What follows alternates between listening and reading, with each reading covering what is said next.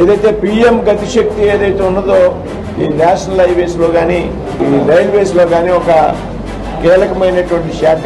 ఈ పిఎం గతిశక్తి అధికారులతో ఈ ప్రాంతాన్ని నేను ఒక బృందాన్ని పంపి ఈ ప్రాంతం అంతా కూడా తిప్పడం జరిగింది. తణుకులో కొన్ని పనులకు సంబంధించి వీటన్నిటికీ కూడా అధికారులు సానుకూలంగా స్పందిస్తున్నారనేటువంటి విషయాన్ని ఈ సందర్భంగా చెప్తూ ఉన్నా.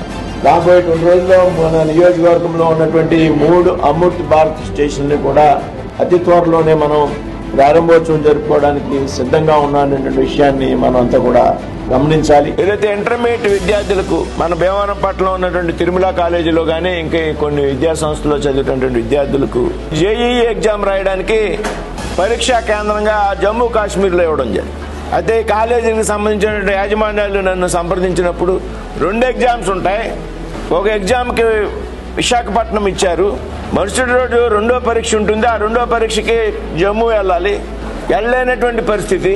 ఆ సమస్య నా దృష్టికి వచ్చినప్పుడు కేంద్రంలో ఉన్నటువంటి విద్యాశాఖ మంత్రి ధర్మేంద్ర ప్రధాన్ గారితో మాట్లాడితే వెంటనే కూడా వారి సెంటర్ని 2వ రోజు పరీక్షకి విశాఖపట్నం మార్చడం జరిగింది. మీ అందరూ ప్రజలందరూ నమ్మకం ఉంచి పార్టీలకు చెందినటువంటి 3 పార్టీలకు నాకు చెందినటువంటి కార్యకర్తలు నాయకులు గెలిపించి నన్ను ఢిల్లీలో పెట్టారు. కాబట్టి సమస్య పరిష్కారం కోసం మనం చిత్తశుద్ధితో పనిచేయాలనేటువంటి ఆలోచనతో నేనైతే పనిచేస్తూ ఉన్నాను.